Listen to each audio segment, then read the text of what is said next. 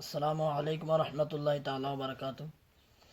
আজকে আমি বলবো যে সালাতুত তাসবিহ নামাজটি কিরকম ভাবে আদায় করতে হয় সেই বিষয়। আর সালাতুত তাসবিহ নামাজটির বিষয় আল্লাহ নবী সাল্লাল্লাহু তাআলা আলাইহি ওয়াসাল্লাম কি বলেছেন। দেখুন, সালাতুত তাসবিহ নামাজটি যে আমরা পড়ি, আর এই বিষয়ে আল্লাহ নবী সাল্লাল্লাহু তাআলা আলাইহি ওয়াসাল্লাম বলেছেন, তিরমিজি শরীফ এবং রদ্দুল মুখতারের মধ্যে পাওয়া যায়।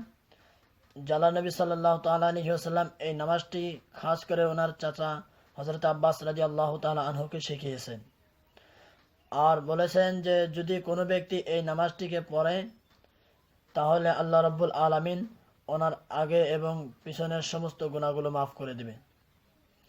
আর এই নামাজটি যদি কোনো ব্যক্তি প্রত্যেক দিন না পড়তে পারে, সে যেন সপ্তাহের মধ্যে একদিন পড়ে, আর যদি সপ্তাহের মধ্যে একদিন না পড়তে পারে সে যেন মাসের মধ্যে একদিন পড়ে, আর সে মাস পর পরও যদি না পড়তে পারে সে যেন বছরের মধ্যে একবার পড়ে, আর যদি বছরের মধ্যেও একবার না পড়তে পারে সে যেন পুরা জিন্দগির মধ্যেও পুরা লাইফের মধ্যেও যেন সে ব্যক্তি একবার পড়ে। তাই আমরা আল্লাহ রাব্বুল আলামিনের কাছে দোয়া করি যে আল্লাহ রাব্বুল আলামিন আমাদেরকে এই নামাজটি বেশি বেশি পড়ার তৌফিক দেখ। চলুন আমরা দেখি এই নামাজটি কিরকম ভাবে পড়ব।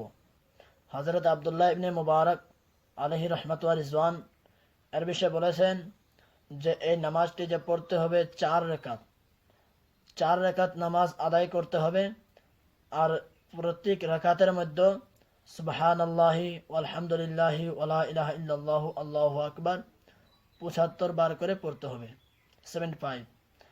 আর 4 রাকাত নামাজের মধ্যে এই তাসবিহটি 300 বার হবে।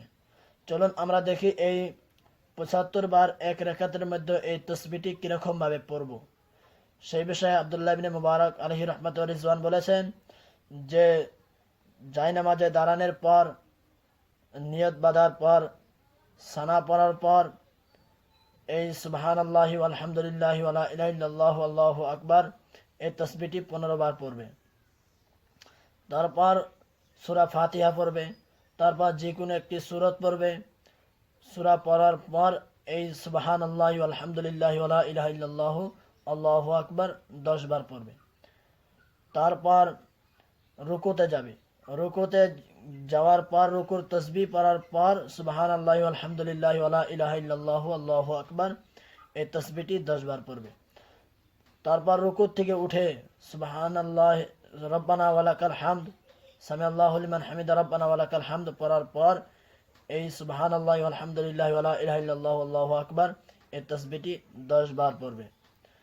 তারপর সিজদায় যাবে, সিজদায় যায় সিজদার তাসবিহ সুবহানা রাব্বিল আ'লা সুবহানা রাব্বিল আ'লা সুবহানা রাব্বিল আ'লা পড়ার পর এই সুবহানাল্লাহি ওয়ালহামদুলিল্লাহি ওয়ালা ইলাহা ইল্লাল্লাহু আল্লাহু আকবার এই তাসবিহটি 10 বার পড়বে।